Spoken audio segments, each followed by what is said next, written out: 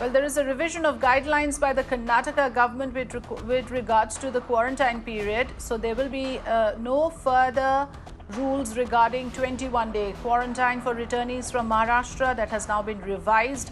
7 days institutional quarantine is now being imposed for those from Maharashtra. 7 days home quarantine for those from Maharashtra is the new guideline. Let me get in Shrija MS with more information. Yes, Shrija, if you can explain to us what has prompted this change of decision on the part of the Karnataka government.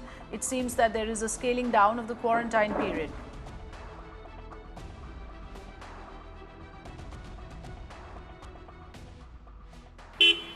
Well, Afrida, in fact, we understand one of the major reasons why we understand the Karnataka government had to go on a U-turn as far as this particular guidelines is concerned. Remember, they initially did suggest that it should be 21-day quarantine, which means at least about 7 days at the institution and the rest of the 14 days at home. So this is something which we understand that people, several of them had raised a lot of issues about it, and there was a lot of confusions over the last couple of days. We understand that the Karnataka government, this is something that had prompted the government to go back on the SOP, the standard operating procedure, revise it, and which is what they exactly have in fact let out right now, saying that only it is going to be just 7 days of home quarantine and 7 days of institutional quarantine. Now remember, we are looking at an influx of people coming in, especially from Maharashtra.